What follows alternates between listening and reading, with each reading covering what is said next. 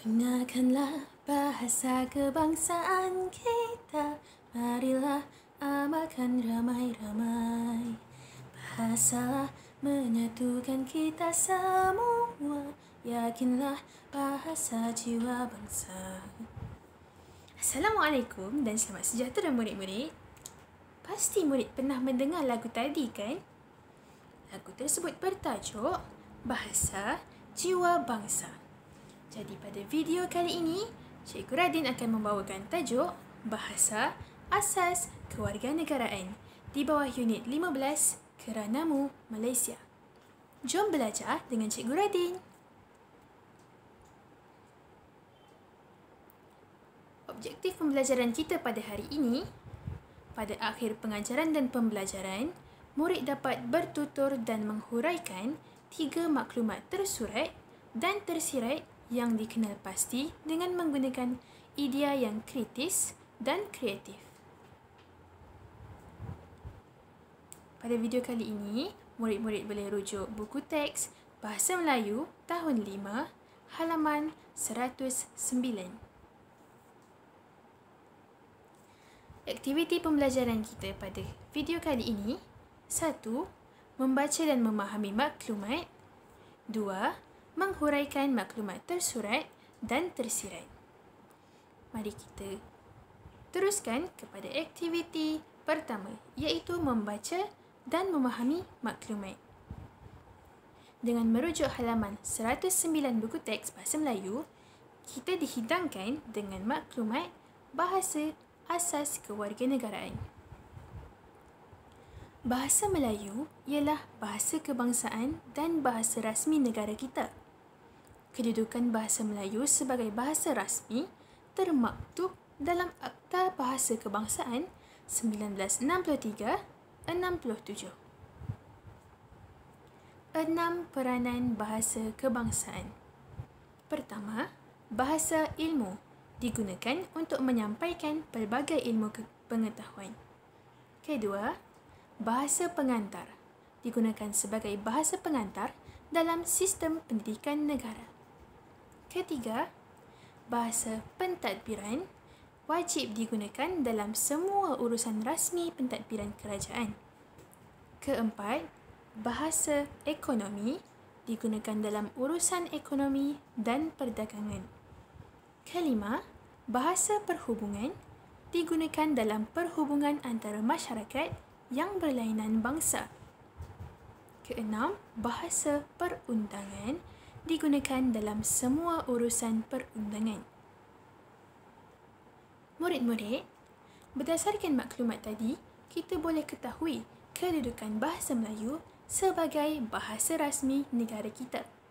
Kita juga dapat maklumat 6 peranan bahasa kebangsaan, iaitu sebagai bahasa ilmu yang digunakan untuk menyampaikan pelbagai ilmu pengetahuan.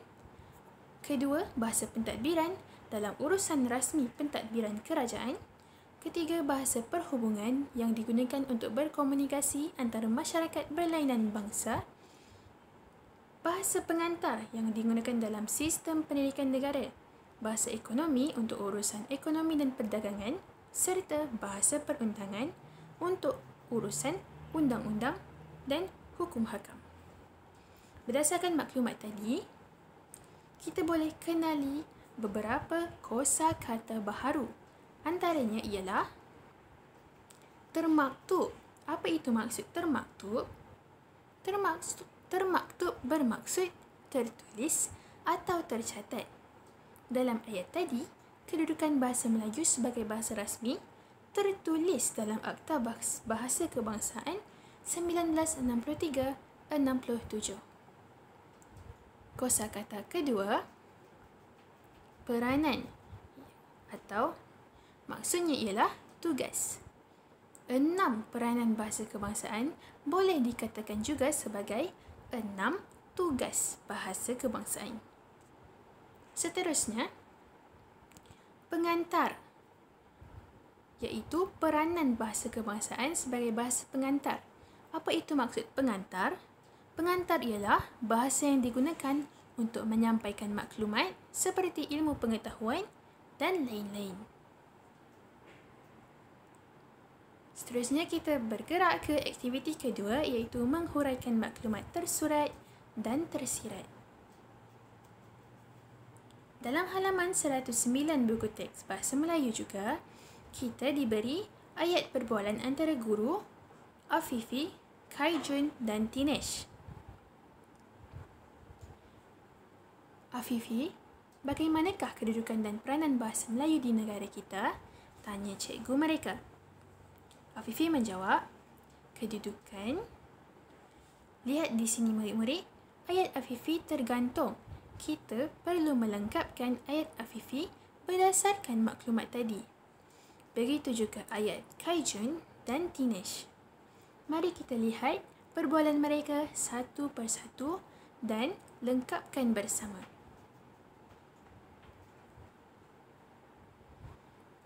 Perbualan pertama, Afifi, bagaimanakah kedudukan dan peranan bahasa Melayu di negara kita? Afifi menjawab, kedudukan. Berdasarkan maklumat tadi, kita boleh tahu kedudukan bahasa Melayu di negara kita ialah sebagai bahasa rasmi atau bahasa kebangsaan. Peranan yang diberikan dalam maklumat tadi terdapat 6 peranan, iaitu bahasa ilmu, bahasa pengantar, bahasa ekonomi, bahasa perundangan, bahasa pentadbiran dan bahasa perhubungan. Maka, ayat penuh yang Afifi harus jawab ialah kedudukan bahasa Melayu di negara kita ialah sebagai bahasa kebangsaan. Bahasa Melayu berperanan sebagai bahasa ilmu, bahasa pengantar, bahasa ekonomi, bahasa perundangan, bahasa pentadbiran dan bahasa perhubungan. Baiklah murid-murid, itu tadi ialah cadangan jawapan daripada Cikgu Radin. Murid-murid boleh melengkapkan ayat Afifi menggunakan ayat murid-murid sendiri. Kita pergi ke ayat perbualan yang kedua. Mengapakah bahasa kebangsaan digunakan dalam sistem pendidikan kita, Kaijun? Kaijun menjawab, bahasa kebangsaan digunakan dalam sistem pendidikan kerana perpaduan, komunikasi, berkesan. Murid-murid, dalam ayat perbualan Kaijun, kita diberi rangkai kata yang terputus. Kita hendaklah melengkapkan ayat perbualan Kaijun menggunakan perkataan-perkataan yang disediakan. Mengapakah bahasa kebangsaan digunakan dalam sistem pendidikan? Berdasarkan maklumat tadi, kita boleh dapati bahawa bahasa kebangsaan digunakan sebagai bahasa pengantar dan bahasa perhubungan. Bahasa perhubungan digunakan untuk berkomunikasi di antara masyarakat yang berbilang kaum, iaitu berbeza bangsa. Jadi, cadangan jawapan yang cikgu sediakan ialah bahasa kebangsaan digunakan dalam sistem pendidikan kerana bahasa kebangsaan dapat mewujudkan perpaduan dan menjamin komunikasi yang berkesan antara pelbagai bangsa. Murid-murid juga boleh melengkapkan ayat perbualan Kaijun menggunakan rangkai kata yang disediakan dengan idea murid sendiri. Seterusnya, ayat perbualan ketiga. Cikgu bertanya, Tinesh, pada pendapat kamu, mengapakah penguasaan bahasa Melayu penting bagi semua warga negara Malaysia? Tinesh menjawab, pada pendapat saya, identiti, jati diri. Murid-murid, sekali lagi kita disediakan dengan rangkai kata identiti dan jati diri. Kita hendaklah melengkapkan ayat perbualan Tinesh berdasarkan maklumat tersirat yang kita dapati daripada maklumat halaman 109 tadi. Jadi jawapan yang cikgu cadangkan ialah, pada pendapat saya, penguasaan bahasa Melayu penting bagi semua rakyat Malaysia kerana bahasa Melayu ialah lambang identiti dan jati diri warga negara Malaysia. Benar murid-murid, bahasa Melayu ialah lambang kita sebagai warga negara Malaysia. masyarakat negara lain boleh mengenali kita melalui bahasa yang kita tuturkan. Jadi, bahasa Melayu hendaklah dipelihara kerana ia merupakan lambang yang memperkenalkan kita sebagai warga negara Malaysia kepada negara-negara asing.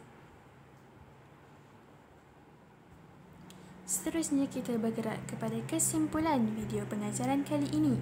Sebagai warga negara Malaysia, kita harus menguasai bahasa Melayu, menggunakan dan memartabatkannya sebagai identiti kita. Seperti lagu yang cikgu dendangkan di awal video tadi, iaitu bahasa jiwa bangsa, kita harus mempertahankan martabat bahasa Melayu sebagai jiwa kita, iaitu bangsa Malaysia.